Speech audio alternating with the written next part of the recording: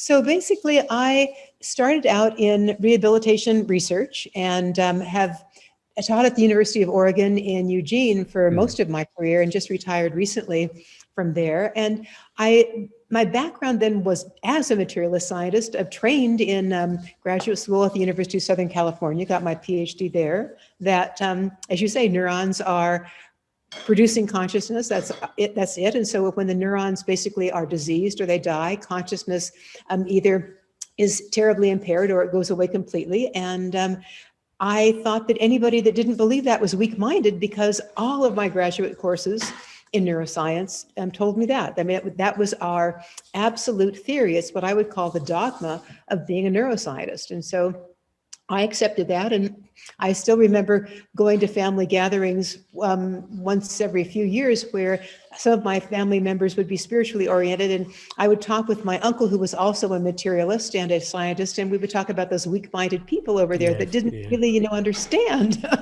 So it was amazing to me then, after being in rehabilitation research, and I've published a textbook that's in its 5th edition now, and I have 200 plus articles in that area, and many, many grants in that area.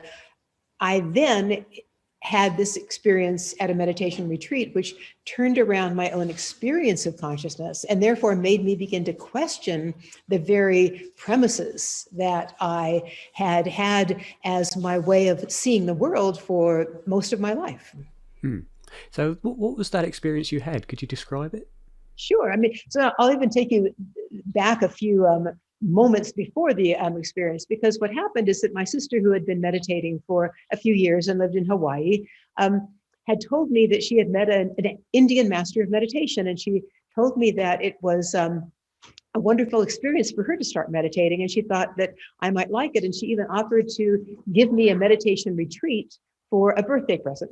And I was teaching at a university in Virginia at the time, and I was skeptical, but I was also a bit curious to see what she was talking about. And I should say, part of the reason that I was curious is because she and I had come down to Arizona the previous Christmas time to visit our parents who lived in Arizona. And at that time, there had been a very, what do I call it, sort of a dramatic plane crash over Southern California that we saw the news about. And I was having to fly down from Oregon and to go up to and fly back. And so when this happened while we were down here, I realized I was going to have to get on a plane to go back to Oregon. And I was very frightened of plane flying at that time, especially after that news. And so she was walking me down the ramp to the plane, because back in those days, we had that ability to be with the person like up to the point they got on the plane. And she said, when she saw how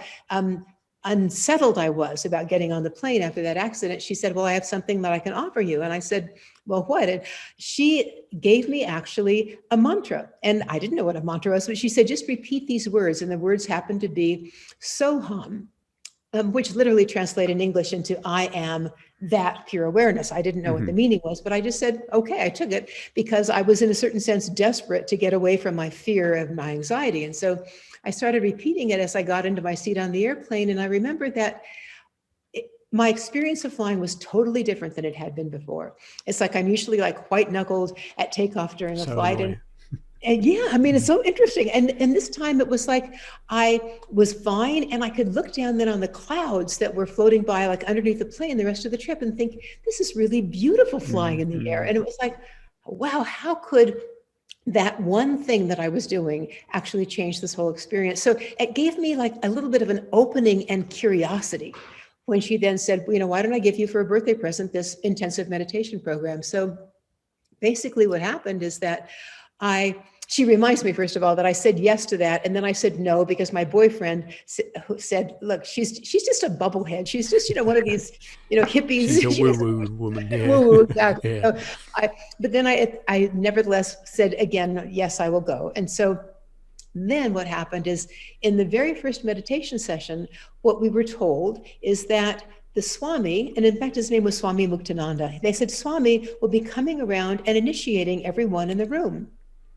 And this initiation is actually called Shaktipat, which means the awakening of this energy that's inside of us that's usually dormant, and that's what you will then be experiencing. And so I was curious, but I was also skeptical. I am a neuroscientist and I was a materialist, but I thought, look, I'm here for the weekend. I may as well just be open and see what the experience is like. And then what happened to me is that as he came around, as he walked around the room, he basically took his fingers like on the bridge of my nose and right at the base of my forehead and touched me there. And what I felt when he did that was a feeling like a current of energy go from his fingers down into my skin and then down deep into my body, right to the center of my heart. It felt almost like a mini lightning bolt. Mm-hmm. And then I began feeling energy like flowing outward. This feeling of energy would be like an experience of like nectar, like love pouring through me.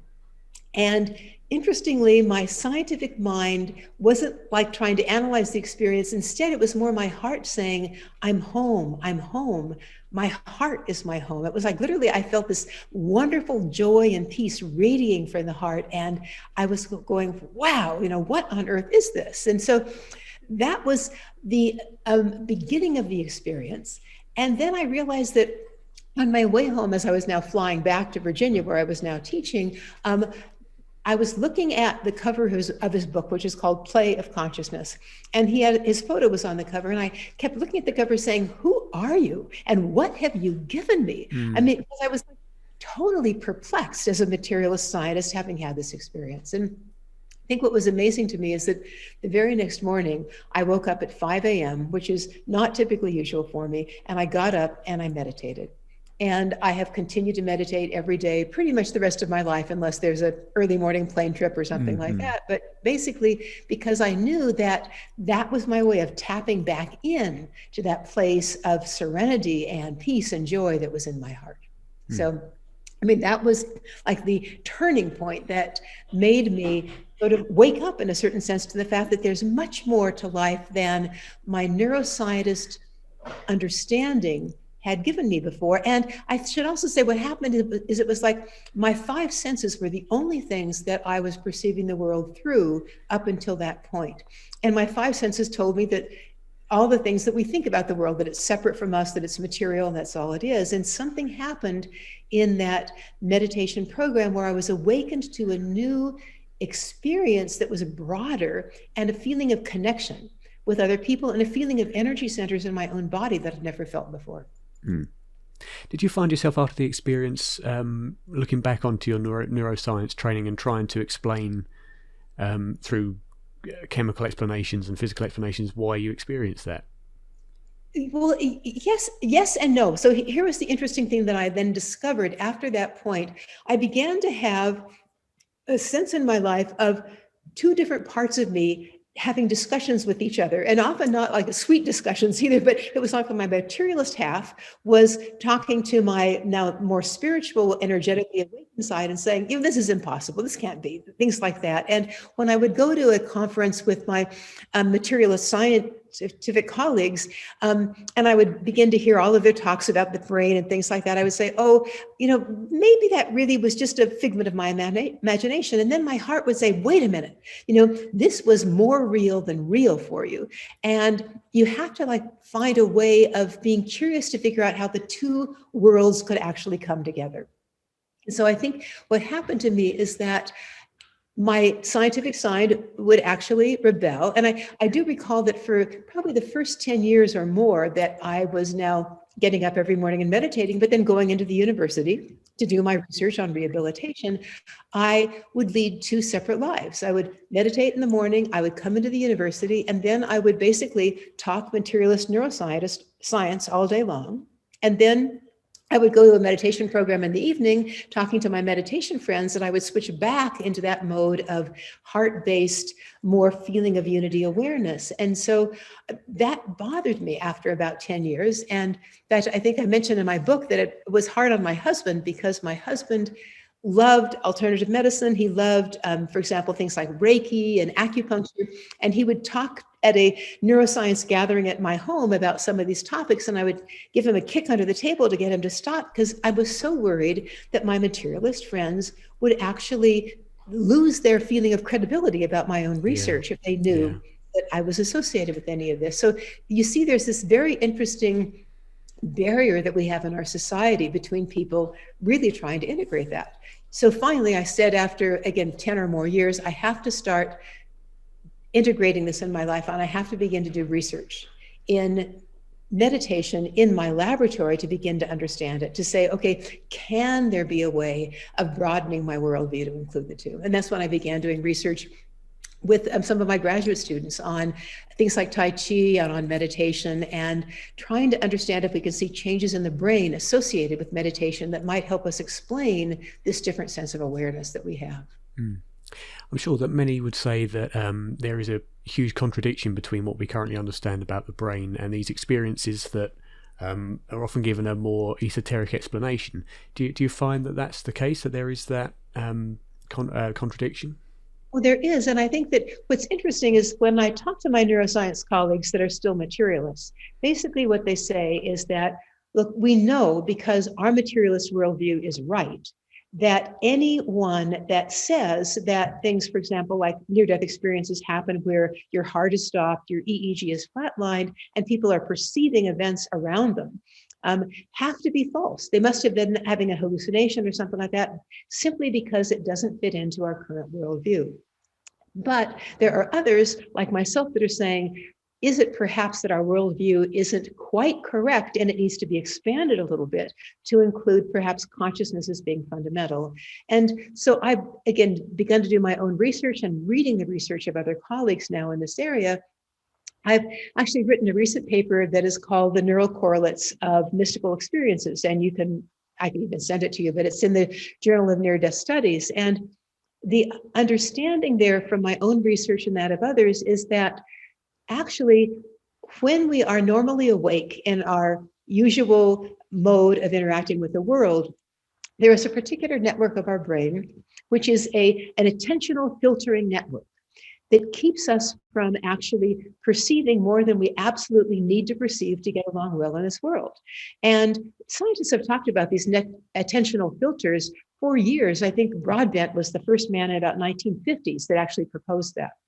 So it's not as if it's an esoteric idea, but what the esoteric part of it is, or the part that's not necessarily accepted by many neuroscientists, is that what these are doing is actually keeping us from experiencing this broader consciousness that people who have near-death experiences experience, people who have out-of-body experiences experience, people in meditation. So I think that is the new perhaps lens on this network. And one part of this network is called the default mode network.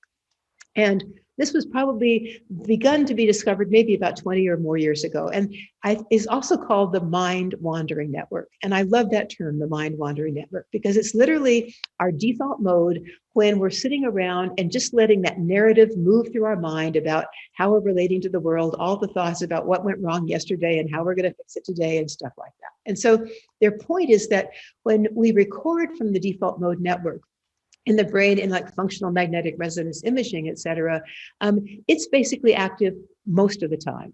But interestingly, when a person meditates, the default mode network begins to be shut down. It gets quieter. And of course, that's probably because part of the point of meditation is to quiet the chatter of the mind. So as we quiet the chatter of the mind, we turn off this particular part of the brain, and therefore we're now able to reduce one of the filters that's keeping us from having this broader awareness. And so my understanding is that is why probably people who meditate have more mystical experiences, like I did in that first meditation. And in fact, a man named Judson Brewer, who's at Yale University, has actually done research on this in his laboratory, looking at absolute expert meditators versus people who are just new to meditation, putting them in the fMRI machine, and then recording from their brain centers, including the default mode network, and showing that, in fact, in meditators, the default mode network goes way, way down in its activation levels. And in the brand new people to meditation, the control subjects, it doesn't. So that was one interesting point for me. And then I began reading work also by Barrett and Griffiths, who are at Johns Hopkins University doing work with people who are given psilocybin when they have terminal cancer. Yeah. And so once again, here is somebody that you're trying to lessen their anxiety about their impending death, and they find that one dose of psilocybin begins to help. But the question is, how is it helping? And once again, when they go ahead and do these functional magnetic resonance imaging scans of somebody that is now on psilocybin, they find exactly the same thing. The exact same parts of this default mode network begin to be turned off. And what I like most about what Barrett and Griffiths have found is that there is a direct correlation between the amount of deactivation of the default mode network and the amount of mystical experience that these people have. Yeah. So there's sort of like a second bit of evidence that this makes sense to me, that it's actually a quieting of the brain that's allowing these filters to then be removed and have us experience more. And then you have near-death experiences. And in near-death experiences, well, the default mode network is absolutely turned off because the entire brain is turned off. And once again, when they, for example, have the experience of leaving their body in the operating room, watching the resuscitation team from above try to resuscitate them, my own hypothesis would be that, again, not only is the default mode network turned off, but a lot of other filters in the brain have turned off, so that now they are experiencing consciousness directly without a brain. And that's in fact why they are actually seeing their body from above rather than from inside. So those three different lenses, in a certain sense, meditation, near-death experiences, psilocybin, seem to me to all be pointing to the fact that consciousness is fundamental. And the more that we can get rid of these filters that are in our brain that are keeping us from this wider awareness, the more we have a chance of actually experiencing consciousness in a more unmediated way, I would say. Do you think that that kind of research that correlates lessened brain activity to more heightened levels of experience could also be implemented into subjects such as paradoxical lucidity, terminal lucidity? I do, and I'm intrigued by terminal lucidity, and I think you may be aware that Alexander Battiani, who is from Vienna, University of Vienna, has done some initial research on terminal lucidity, and basically doing a large survey of doctors and nurses, other medical professionals in the European area. And what his preliminary studies have shown from their responses to his questionnaire is that something like, first of all, 10% of people with dementia or Alzheimer's, or other things like maybe a stroke that's caused them to be in a coma, basically have this terminal lucidity. And he's carefully looked at the numbers of minutes or hours before death that this typically happens in somebody that has dementia, for example. And I think it's usually within about the last 2 hours, but it could be longer, up to a day or more before death, that suddenly they come out of their totally chaotic brain function due to the Alzheimer's or the dementia or the stroke, into a place of, as we call it, lucidity, terminal lucidity, where they basically now are lucid. And in one case, one of the stories from his particular article was that one grandmother, basically, who was in a nursing home and was not really coherent at all, didn't relate to people, actually calls up her daughter on the phone and says in this beautiful way goodbye to her daughter, talks to the grandchildren on the phone as well. And the next day she dies. And you're going, how can that be? It's like, how can a brain, when you look at an Alzheimer's brain, it really looks diseased. It is diseased. How can that happen? And I loved the hypothesis, we might call it, perhaps the way that Bajani tried to explain it metaphorically. He said it's a little bit like if you are a person that has a computer that's faulty, and you're trying to type on your computer and it doesn't want to put the keys out, the notes out from the keys because it has a virus. And finally you give up using the computer because you just can't communicate with the computer. And he said, that's a little bit like how the person with Alzheimer's feels as their brain is beginning to get the disease. And finally they give up, they can't communicate anymore, but it doesn't mean that their spirit is not still intact. It just can't communicate anymore. And the way he describes it metaphorically is it's a little bit like the sun that is eclipsed by the moon. And what happens is when the brain finally begins to be separated from the spirit as the person begins to get ready to die, it's as if that eclipse of the brain, of the soul, the spirit by the brain, begins to be uneclipsed. And for a while, the person is back there able to communicate with you before they completely separate and go their way. And I think what's wonderful about this newer understanding is that it changes the way we interact with people with Alzheimer's or stroke that have a coma or any of these other things, where I think one healthcare worker mentioned something like, in the past, she had treated this person almost like human vegetables, meaning she didn't think that there was anybody there. And she said, now I understand. She used the term, they're nurslings of immortality. Their spirit is there, but we just can't interact with it. So we suddenly treat them as the sacred beings that they are, with lots of love, because they can experience that at some level, even though they can't let us know. And I should mention that a Dr. Bettina Payton, who had a near-death experience and who I talk about her experience in my book, said something interesting when she went into hospice care after her near-death experience, because she wanted to help people at the end of life. She was no longer afraid of death. And she said, when I looked into those people's eyes that had dementia, for example, I could see their spirit there. And often tears would come to their eyes when we were communing without words, the two of us. And I thought, that's what we need to have in our healthcare settings, people that understand that, so that we honor the spirit that's still inside of that human body. Yes, absolutely. And from a neuroscientific perspective, do you know of any kind of explanation, physical explanation, that could be put forward for terminal lucidity? I know I've had a couple of people that have suggested things like pH levels and spontaneous regeneration of brain matter and degeneration of tumors and things like that. Yeah, and I think that those could be explanations, but I don't think when we do the research that it will be very clear, because in fact, I think another way of looking at it, same with near-death experiences, that there's a sudden like activation of the neurons as they're getting ready to die. And so this is just part of death, they say, that neurons become very active and then they're gone. But I think that when you look at the data, especially, for example, I think Bruce Grayson talks about this with near-death experiences. Most near-death experiences don't have this final like explosion of neural activity before someone dies. In the near-death experience, the neurons have already shut off.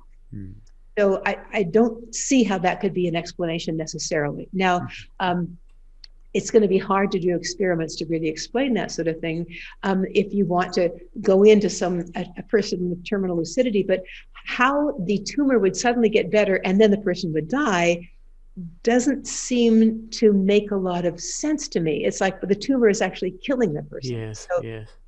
I mean, in terms of the tumor explanation, the one I heard was positing that maybe there was some sort of growth in the brain, and as the brain was degenerating, the tumor was degenerating as well. And so as the tumor had degenerated enough, it allowed enough of more normal connection to come through. It did seem a little bit far-fetched, but it was an explanation that was put through.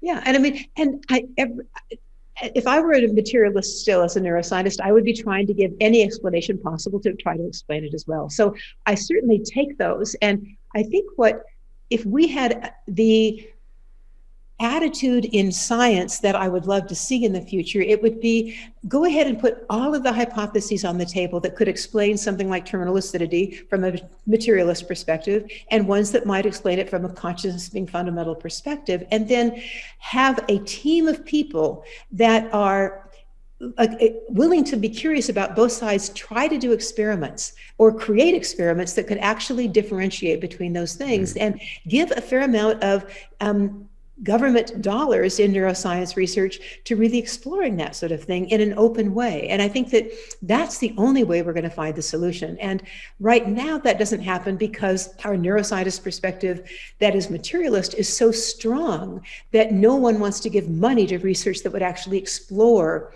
the relative possibility of one or the others of those hypotheses being true. No. So why do you think that, given the evidence that we have with veridical near-death experiences and terminal lucidity and out-of-body and various things, why do you think it is then that materialistic paradigm is still so solid that none of these are taken seriously? Well, and I will speak partly from my own experience. Until I had that meditation experience, I'd only had an experience of the world through my five senses. And that's all I believed was real, because that's all I'd experienced as real. And I think, and then of course you think that people that believe more than that are doing it because they're weak-minded. Oh, well, they're afraid of death. And so therefore, as a way of dealing with your fear of death, you're going to create something that's just a fantasy. It's just, a fairy tale. So I see that until a person has that experience, it's very hard to accept that this could be true when you're especially brought up with a worldview that is materialist. I have noted that when you look at history, there was a point in history when consciousness being fundamental was not denigrated in the way it is today. But still, if you go back to, for example, the Greeks 2,000 plus years ago, there were the materialists in Greek philosophy, and there were the people like, for example, Socrates, that believed that consciousness was fundamental. And they were both, in a certain sense, warring with each other. War isn't exactly the word, but discussing with each other strongly whose view was right. And so this has been going on forever. And I mean, the whole Plato's allegory of a cave, which Socrates, this wonderful dialogue with Socrates, where Socrates is really talking about somebody that has a spiritual awakening coming out of this cave of shadows, which would be a materialist reality, coming into the sun, not being able to even see clearly in the beginning because the sun is too bright for their eyes, but then adjusts and sees a whole new world out there, and then tries to go back into the cave to explain that to his fellow prisoners in the cave. And they try to, I mean, the way I think Socrates explains it is that wouldn't they perhaps want to even like kill this man because he's acting insane, saying these things to them. So I realized that throughout our history as humanity, we have had this difficulty inside of our beings trying to understand which is true or could both be true in their own ways in a broader understanding of reality. So moving on slightly, it seems that a lot of people will make the assertion that although we can't show how the brain produces consciousness, we know enough about how the brain works now to tell that it certainly does in some way, and that we just need to do more effectively more science to discover that mechanism, and that it will be found eventually. What do you think to that opinion?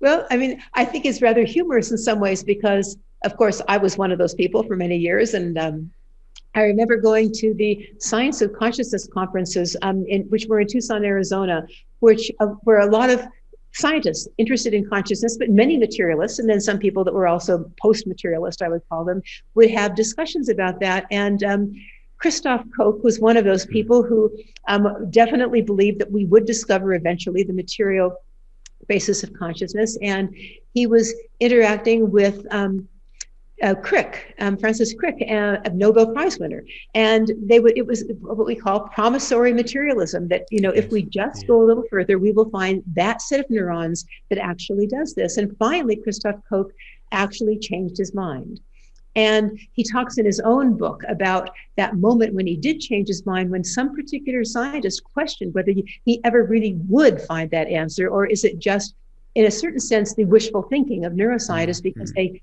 can't leave their particular materialist mode. And when he wrote his book, he said something about how he actually believed now that in fact consciousness could permeate the entire universe, and has now begun to shift his research to look at a slightly different, less materialist or more inclusive perspective, I would say, in trying to understand consciousness.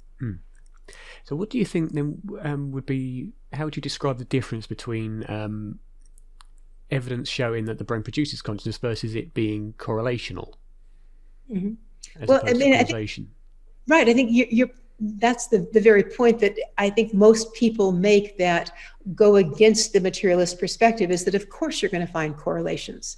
And I think they often use the example of radios and radio transmitters of brainwaves, of radio waves, which you've heard, or TV transmitters, receivers. And just because there's a correlation between, for example, what's going on in terms of the output of your radio or your TV and what signals were coming in, doesn't mean that the TV created the signals. In fact, it's the other way around. The TV is the receiver. And I think that's the point that people people make about the brain, that of course you're going to find correlations, and it's fun to look at the correlations. I mean, as a neuroscientist, I love to do that. It's like, oh, this part of the brain is responsible for perhaps my memory of certain events, and this part is responsible for speech, etc. Well, responsible simply means that, yes, that is, when I cut out that part of the brain, my speech is gone, but it doesn't mean that there wasn't a consciousness that was also helping create the thoughts that would then create the speech and those activities in the brain. So I think that until we find a way of really looking at causation and not just correlation, I don't think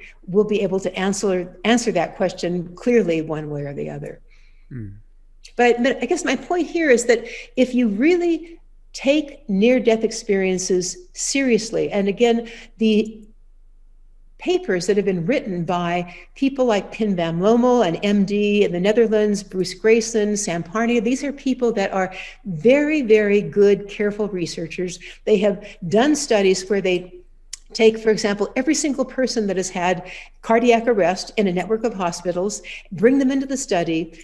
They're looking at their EEGs, their chemicals in the brain. If they are revived so that they don't die, they then basically interview them afterwards, and they carefully then analyze all their data. And if they find out these experiences that can be verified, that the person is aware of things happening underneath them, as they are looking down on the resuscitation team, and they can see that the brain was flatlined, I don't see how an honest, curious neuroscientist could throw those data away and simply say, it can't be true. I still believe that the brain is the only thing that actually creates consciousness. It's like there's something that doesn't seem responsible about somebody assuming that Bruce Grayson, Sam Parnia, these other great MDs and neuroscientists are like so weak-minded they would believe in something that wasn't true. It's just an odd thing that we would actually surmise. Yes. I mean, the most common criticism I hear from the likes of Dr. Grayson and Dr. Van Lommel is that they're practicing pseudoscience, and that they must have some kind of bias or faulty experiments, regardless of the fact that, these are experiences that are verifiable and have been verified. There must be a problem with the data, or they must be remembering incorrectly, or they must have been fooled. Now, I've spoken with Dr. Grayson myself, and he's certainly by no means a pseudoscientist. You can tell just by talking to the guy that he is very open and he is very critical, and you can see just by the papers that he's written on both sides of the argument that he is after the truth. Yep. So I wonder why it is that I can only imagine a lot of these critics haven't actually read in detail the papers that these people have published, but I wonder why they come to these conclusions. Well, so first of all, I would say that many of the people that criticize have not read the papers and will not read the papers because they know in advance, whatever knowing in advance means, that it goes against the theory of material reality, and therefore it cannot be true. So they are so stuck in their theory that they're not willing to look at data that might be what they would call anomalous data. They just say it's anomalous, it can't be true, it's artifactual, and so why should we bother looking at it? We know it can't be true. And to me, that is anti-science. And when they do look at the papers, they'll say, well, I'm sure that in fact you weren't really measuring the blood levels correctly for oxygen, or you weren't looking at the neurons. Or, I mean, what I have heard from neuroscience, in fact, friends of mine who don't believe this as well, I know that the EEG measures the cortical activity. Well, someplace deep in the brain, there was some activity that allowed that person to have these experiences. And you're going, wait a minute. Let's talk this through carefully. We know that your only perception of reality, true conscious perception, happens in your cortex, visual cortex, auditory cortex, somatosensory cortex. That's where your experiences happen. When somebody is basically pretty much brain dead, that's because now it's only the brainstem that's left active, and they don't have those abilities.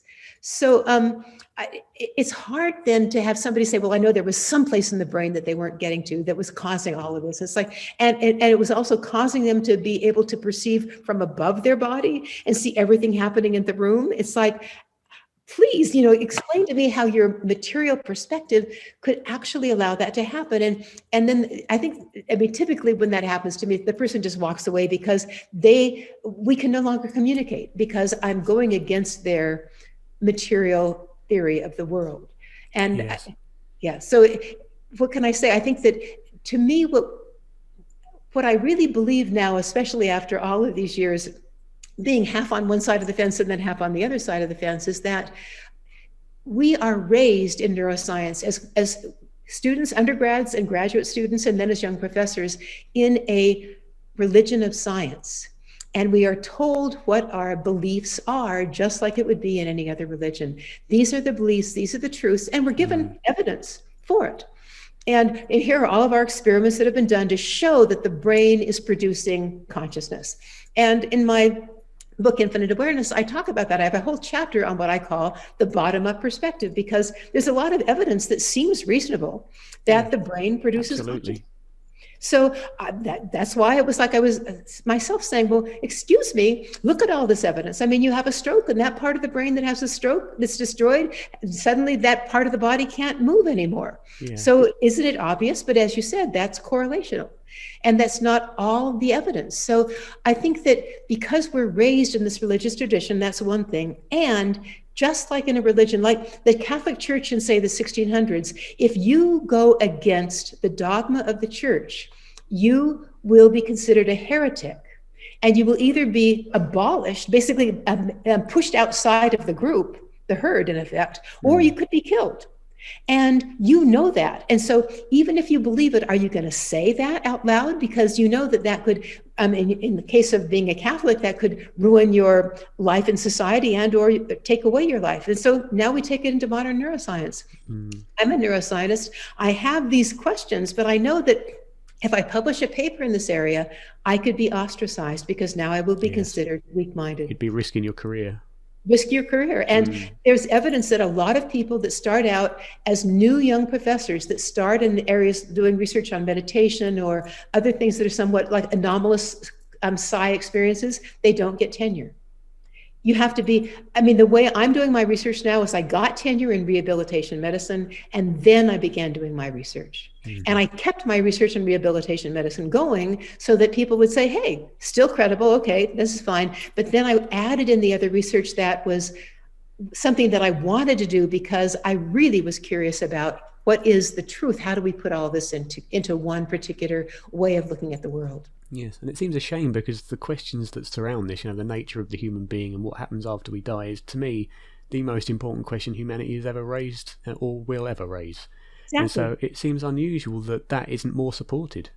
Absolutely. Well, and I think the other thing that we're hearing, sort of this cry of anguish in a certain sense from people that are spiritually oriented, is that our materialist perspective is making us treat the world in a very non-sacred way by using up all the resources, by allowing pollution, because we say, well, when our generation dies, it doesn't matter, we're gone. So why should we use up all the resources? Who cares about pollution?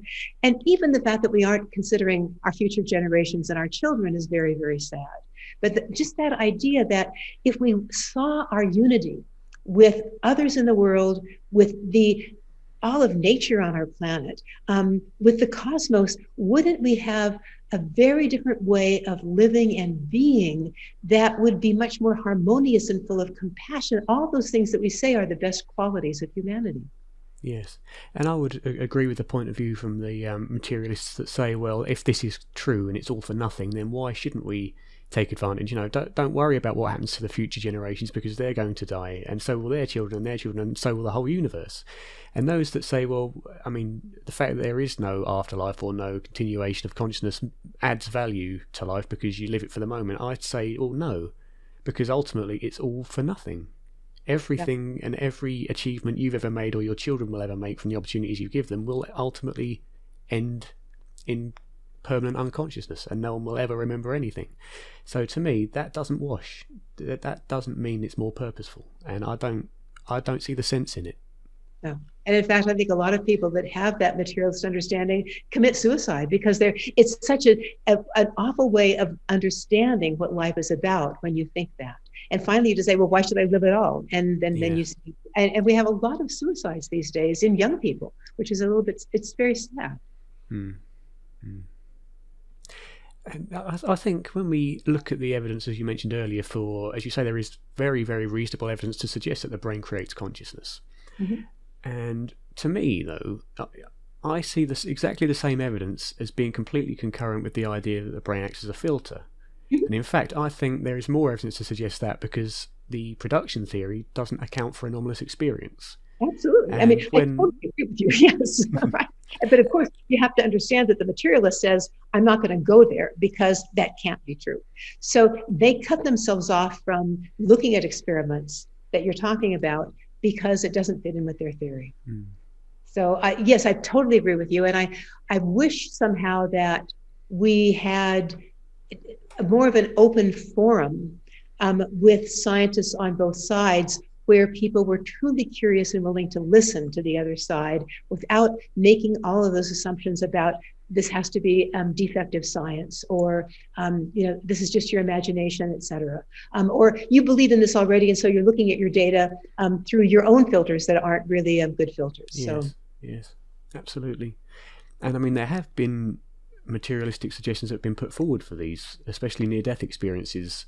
The most common one is anoxia, followed by DMT, dimethyltryptamine production, which is theorized but not evidenced yet. You get reference to pilots who come out of their body with extreme G-force. And these are all, and what's the other one? The temporal parietal junction, Susan Blackmore and Olaf Blunk. And these are all put forward as if we know that this must be the case. And yet, to me, none of them really fulfill the data. No, but they're that plausible explanation without having to really look at the data carefully. That's your way of pushing the experiments aside and that understanding aside. And I think what's interesting is when we often have on for example, national news show, somebody that's had a near-death experience, or maybe these cases suggestive of reincarnation of a child. Yes. The news station tries to have both sides presented. And so they have the person telling the story of the near-death experience, and then they have the skeptic. But what's so interesting is that most of the time, the skeptics haven't even looked at the article or the data. And all they do is spout their reasons why it can't be true without even taking the curiosity to look. Yes. And I think that I have a number of scientific friends. I think Stefan Schwartz is an example of one of those people who has been in debates with some of these people that are on the other side. And in one case, I think it was Stefan Schwartz that said the person that was on the other side basically was saying, well, of course this isn't true. And Stefan Schwartz said something like, well, I'm sure that you're saying that because you've carefully read all of our articles. So would you please give me all of the examples of why this isn't true? And the guy gets red in the face and he marches off the stage because, of course, he hasn't read a thing. He said, I wouldn't bother reading that data. It can't be true. And so it's like, well, okay then, but that just shows that particular materialist scientist's bias. Yes, indeed. And often these are the folks, especially the online skeptics, who proclaim that the proponents of these things are extremely lacking in critical thinking and scientific mindset, whereas they very seldom turn the mirror back to themselves and really examine their own principles and their own beliefs. And ever question. I mean, the whole idea of being skeptical is to be skeptical mainly of one's own opinion, as opposed to any other opinion that comes up. I mean, how many people are skeptical to someone that agrees with them? Yeah. Very rarely, I find. Yeah, and you raise an interesting point that when I was trained as a young neuroscientist, we talked about the scientific method, and the scientific method required that you have two alternative hypotheses. And these two alternative hypotheses were ones that you were willing to go either way, depending on how the research data actually presented the outcome. And I think what happens today is that we want one hypothesis to be true, and we don't want the other hypothesis to be true. So we aren't necessarily honest neuroscientists when we present an experiment like that. We really need to have, okay, consciousness fundamental is one, and the other is consciousness is produced by the brain. And I equally want to look at which one is valid, and I'm going to test that until I really have a good answer. But I'm going to keep on working on that until that time. Yes. What would you say to those that are interested in this field, that are always finding themselves disheartened or shot down by people that say it's impossible? Well, I should say that I'm the president now of the Academy for the Advancement of Post-Materialist Sciences. And I co-organized this organization with Gary Schwartz, who's at the University of Arizona. Yes. And we have a number of colleagues that are talking about that sort of thing that you're talking about. How do we talk to the people that are disheartened. And for me, I'm meeting actually now young scientists who want to go into this area, but are wondering how they can do that and actually have a career that will be successful. And one of the things that we are trying to do is find money for an institute, for example, that would cross many universities where we would have funding for research in this field. Because one of the interesting things is that when you have money to support the research, then you will find that graduate students will have a way of supporting themselves, or young scientists will have a way of supporting themselves. And so that also gives credibility when you have something housed at, like, for example, a major university. So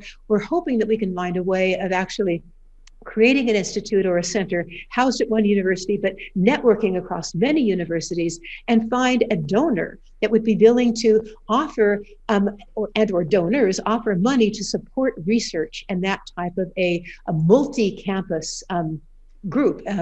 And maybe that will begin to help as we get more and more research data. And also the more scientists that are willing to say, okay, I'm going to do that research, I'm getting paid for it, and put out really good research, may allow the credibility level to get to the point that more scientists other than those that are now doing the research are beginning to accept it. I think that you need to have scientists that are strong scientists go ahead and produce the research, and then others are willing to talk to them because they say, oh yeah, okay, I believe you're credible. In fact, I should say, one interesting thing that I wasn't aware of when I wrote my book, Infinite Awareness, I thought, this is one more book.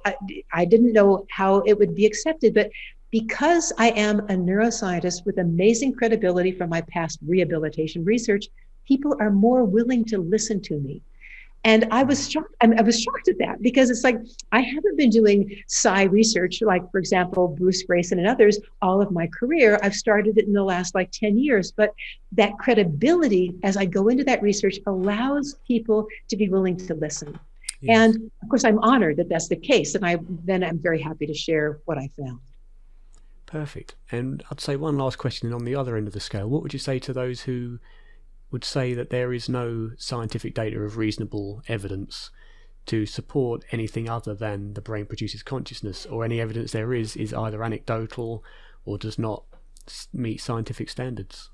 And I think what I would say for them is, I would ask them to be curious, and I would say, just like we're starting an institute to look at whether consciousness is primary, I'm going to have to see. How do I get rid of that? Just 1 second. Skype. There we go. Yeah. That's another neuroscientist who's calling me. She's my co-author on, in fact, the neural correlates paper. What I would say to them is that they need to, in fact, maybe even become part of the same organization looking at, is consciousness primary, and be willing to be part of these experiments. One of the things I think that Stefan Schwartz has said about his experiments is he invites the skeptics to look at his experimental paradigm in advance and to say, what do we need to do to actually show that this is not true? I want your input on how to design the experiment so that you would be happy with the outcome no matter what it is.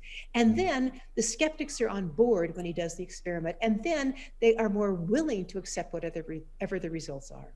Yes. So that would be my request to those skeptics. Yeah. I would wonder, though, if it's left completely to the skeptics to devise these kind of things, would we find something similar re-emerging like the Randy challenge was?